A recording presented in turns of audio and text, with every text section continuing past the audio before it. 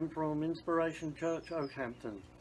I'm married to Helen, and I have two beautiful daughters, Catherine and Shania, and a lovely puppy.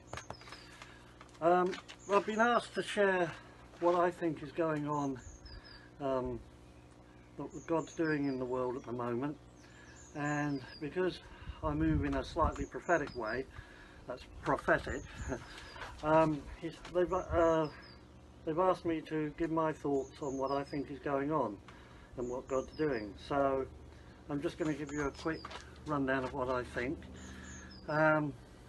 Several weeks ago, before the pandemic broke out, coronavirus, I was at work and I felt the Lord say to me, all change.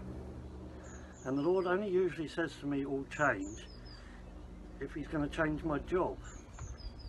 And I thought, well, I like this job, and he said it to me before, and it usually takes about a year for me to talk to him about it and find out what he wants me to do. So I thought I'll put it on the back burner and leave it. Well, obviously things overtook us, and the next thing is I'm on furlough. So I'm at home thinking, what's this all about? This is, the whole country's shut down. But then he says to me, all change. So I said, all change, right? So this isn't just about me, this is about the entire country. Then of course I look on the news and it's about the entire world. So whatever God is doing, prophetically I see whatever he's doing is a global thing. It's not just a local thing. So I start to look at it and I think, well, what are the events that have been taking place just recently, and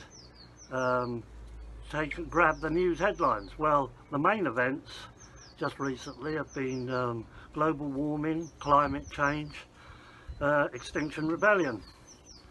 And I think, well, that's interesting.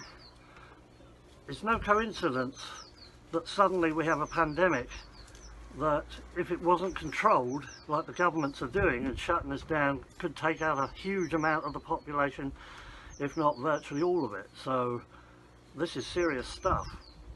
Whatever God's doing, he's making a big statement here and allowing what we do with the planet to cause us problems, which it does.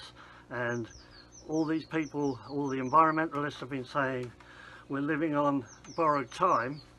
And I believe God's agreeing with them. We are living on borrowed time if we don't change, and he's saying all change. So people like Greta Thunberg and that are absolutely right in what they're saying. We cannot carry on in the same way. We have to make a change. And then he said to me, he said, not only do I want you to change, I want you to make the most of the opportunity that is coming. He then gave me a verse in the Bible, Genesis 9, Genesis 9 verses 3 to 17. And it says there about, this is, by the way, this is a global extinction. He's talking to Noah here. And the account of Noah says very clearly the only family left was Noah, and he got him to take 2 of every species of animal that he wanted to save, and because he wanted to save the whole of his creation. Right, so I see he's using Noah as an example, and he's saying, you cannot go on the way you're going because you're going to end up in the same place again. We're going to end up with a mass extinction.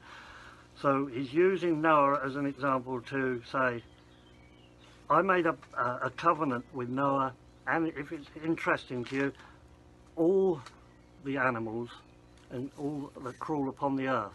He didn't just make a covenant with man.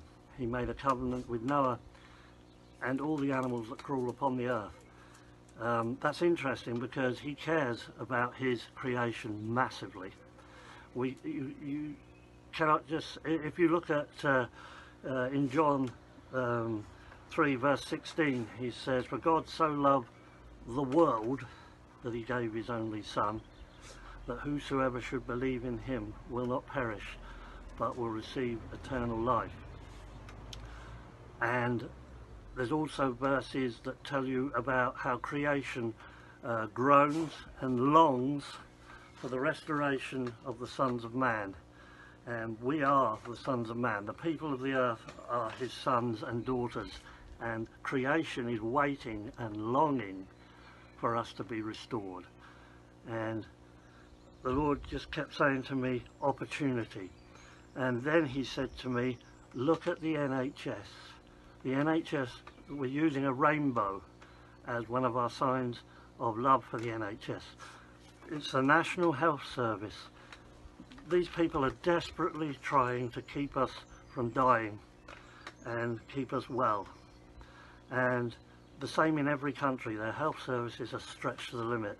So I thought, well, that's the National Health Service. How can we see that spiritually? And the Lord said to me, I am checking the health, the spiritual health of every nation on the earth. And I am going to bring in, like the health service, the government asked for 60,000 retired extra staff.